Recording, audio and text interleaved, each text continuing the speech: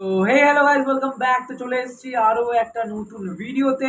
আর তোমরা হয়তো বলতে পারো যে দাদা তুমি এখন এত খুশি কেন?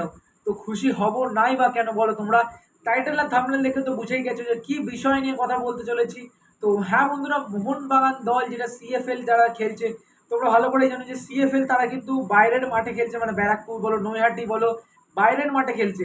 মোহনবাগান অফিসিয়াল গ্রাউন্ডে কিন্তু খেলছে না, মানে মোহনবাগানের নিজস্ব গ্রাউন্ডে কিন্তু খেলছে না। বাট বর্তমানে দাঁড়িয়ে কিন্তু এটাই খবর যে মোহনবাগান দল কিন্তু তারা ফিরবে নিজেদের মাঠে। সিএফএল এর কিন্তু খুব শীঘ্রই তারা কিন্তু মাঠে নামতে চলেছে নিজেদের হোম গ্রাউন্ডে। তো কবে কি কার কার খেলা আছে সেইগুলো তোমাদের বলবো। আর পরবর্তীকালে মানে আগস্ট মাসের যে তোমার তোমার যে ম্যাচেসগুলো আছে, তো সেই ম্যাচগুলো তোমার সঙ্গে ডিসকাস করবো যে কবে কার কার ম্যাচ আছে, কটার সময় ম্যাচ আছে, তো সব কটা তোমার সঙ্গে ডিসকাস করবো। তো তার আগে বলে দিই, যারা সাবস্ক্রাইব করো তো অবশ্যই নিচে লাল সাবস্ক্রাইব বাটনটা কিন্তু ক্লিক করে সাবস্ক্রাইবটা করতে ভুলো না। তো প্রথমে যদি চলে আসি 30শে জুলাই, আর সবকটা ম্যাচ 3টে থেকে হবে, এটা কোনো রকমের টাইম চেঞ্জের ব্যাপার নেই।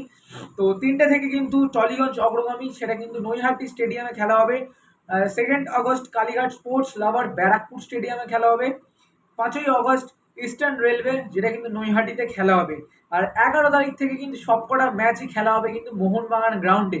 তো 11 তারিখ তারা কিন্তু নিজেদের হোম গ্রাউন্ডে যাত্রা শুরু করছে সিএফএল এ।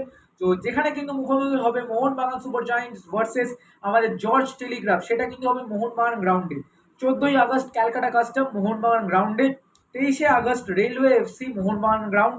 27শে আগস্ট পুলিশ অ্যাথলেটিক ক্লাব, যেটা কিন্তু হবে আমাদের মোহনবাগান গ্রাউন্ডে। তো তোমরা কতটা এক্সাইটেড, কারা কারা মোহনবাগান গ্রাউন্ডে গিয়ে খেলাটা দেখবে, সেটা কিন্তু অবশ্যই কমেন্ট করে জানিও।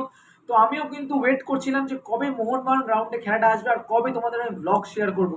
তো অবশ্যই কিন্তু তোমরা ব্লগ পেয়ে যাবে মোহনবাগান গ্রাউন্ডে যদি খেলা পড়ে। তো 11 তারিখ থেকে কিন্তু খেলা আছে। আর আমি কিন্তু আগের যে খেলাগুলো নৈহাটি বলো, ব্যারাকপুর বলো, সেই ম্যাচেসগুলো কিন্তু দেখতে যেতে পারতাম না, কেন কিনা অনেকটাই দূর ছিল আমাদের আমাদের বাড়ি থেকে। তো তাই জন্য কিন্তু দেখতে যেতাম না। তো এবার কিন্তু মোহনবাগান গ্রাউন্ডে কিন্তু 11 তারিখ থেকে আসছে। আর বলতেই পারো যে খেলার কিন্তু তোমাদের ব্লগ অবশ্যই তোমরা কিন্তু দেখতে পাবে। সিএফএল আমাদের ডুরান্ড কাপ প্রত্যেকটা ম্যাচের ব্লগ কিন্তু আমি চেষ্টা করবো তোমাদের কিন্তু দেওয়ার জন্য। আর কিছুক্ষণ আগে কিন্তু এই আপডেটটা পেলাম। ভেবেছিলাম যে কালকে আমি আপডেট দেবো, বাট তারপরে ভাবলাম যে না ভাই, কালকে যদি দিই তাহলে তোমাদের অনেক বাসি খবর হয়ে যাবে। তাই জন্য ভাবলাম আজকে তোমার সঙ্গে শেয়ার করে দিই আর তোমাদের মনটা কিন্তু খুশি করে দিই। তো যাই হোক, তোমরা যদি মোহনবাগান সাপোর্টার হয়ে থাকো তাহলে কিন্তু অবশ্যই কমেন্ট বক্সে লিখতে একদম ভুলো না জয় মোহনবাগান। তো চলো বন্ধুরা, tata bye bye, take care. চলো, জয় মোহনবাগান।